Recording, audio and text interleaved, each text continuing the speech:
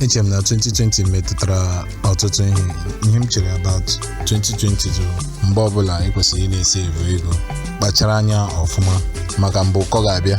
Afọ a mere ka m chee ụzọ ọzọ a ga-esi nweta ego, otu a ga-esi nweta ego n'ụzọ ndị ọzọ dị iche iche. Ya afọ 2020 mere ka ọtụtụ ndị mmadụ chee echiche. Ọ metụtara ọtụtụ ndị mmadụ. O mere ka ihe niile akpọchie ma event ma ihe ndị ọzọ dị iche iche. Ya bụ na iwu ike igosipụta onwe gị n'agbanyeghị na enwe ndị a na-egosi online. Mana na mkpụcha anyị ga-eche ka afọ a ga na mbịa na njedebe.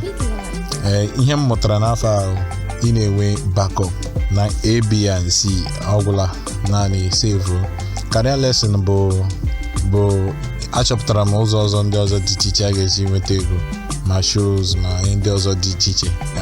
M na-emebu show naanị before pandemic, mana mgbe ọ pụtara ebidoro m bịa lewa ụzọ ọzọ m ga-esi nweta ego na-ere ihe gbasara ụmụ nwaanyị, akpa, akpụkpọ ụkwụ ụmụ nwoke na ihe ndị ọzọ dị iche iche. Enwere m ohere inweta ọtụtụ ụzọ ndị ọzọ dị iche iche enweta ego na business lesson. Ọ ihe m mụtara. Mana abịa na relationship lesson, ọ bụrụ na nke nwaanyị ume erughị ya ewere ụtọ ga-adị. Ịmana na pandemic onye ọbụla nọ n'ụlọ, ị ga-achọpụta ihe dị iche iche gbasara onye ahụ maka na gị na onye ahụ nọ maka na onye ọbụla nọ nso. Ekelere m Chineke maka ihe niile. Ihe m mụtara n'afọ 2010 gbasara ezinụlọ. Chineke na-eme anyị ka anyị esi ike, bukata m so ebe ezinụlọ, nweta ndị enyi ọhụrụ. Mana ị ga-ama ndị bụ enyi gị, ị ga-ama ndị ga-enyere gị aka kwalite ihe ọbụla ị na-eme. Ị ga-ama onye bụ ezi enyi gị. Afọ a ị ga-ama onye nwe enyi gị nwaanyị, onye nwe enyi ezinụlọ gị. Ihe a bụ afọ wepụtara ọtụtụ ihe dị iche iche.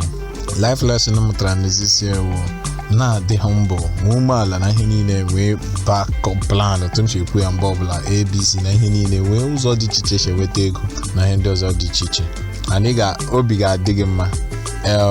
The worst thing mere m ihe niile bịara gawa obere ka m so ya n'okwu bekee, ihe niile bịa slow it down.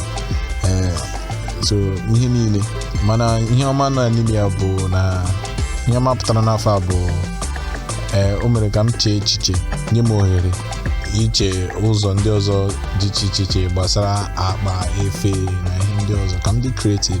So enwere m ohere dị iche iche, nnukwu ohere iji chee echiche, mara otu m ga-esi mee ka inwe ohere hazie ihe bụ isi. M na-ele anya n'afọ 2021 ga-adịkwa mma. Aha m bụ Adeyinka, awụ m a creator na ihe na-eme online. Ihe a wụ 2020 lesson.